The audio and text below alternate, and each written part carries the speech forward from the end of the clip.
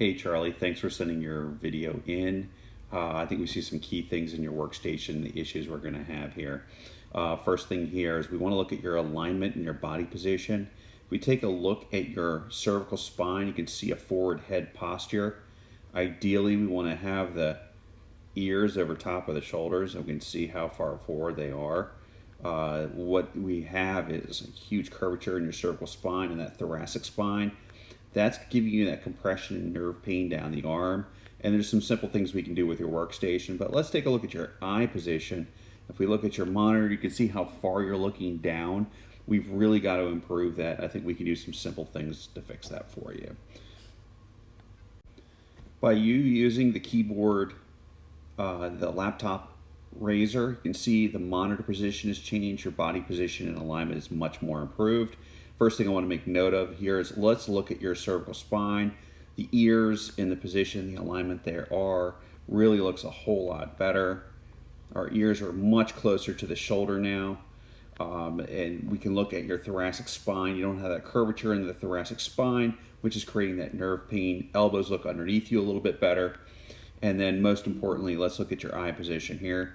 If we look at your eye position and looking at the monitor, definitely a much better angle than it was. I would still like to see it raised up a few inches, and I think that would help greatly. I've also attached a few exercises for your corrective strategies. Here are the basic correctives I'd like you to do in between when you have breaks at your desk. We don't want you sitting too long, so about every 45 minutes or an hour, like you get up from your desk, take a basic dowel rod. You're going to press your palms to the sky, lift the ribs up off the pelvis, glutes tight, and I want you to hold that for 5 seconds. We'll do that 5 times for 5 seconds. Then I'm going to put you in split stance.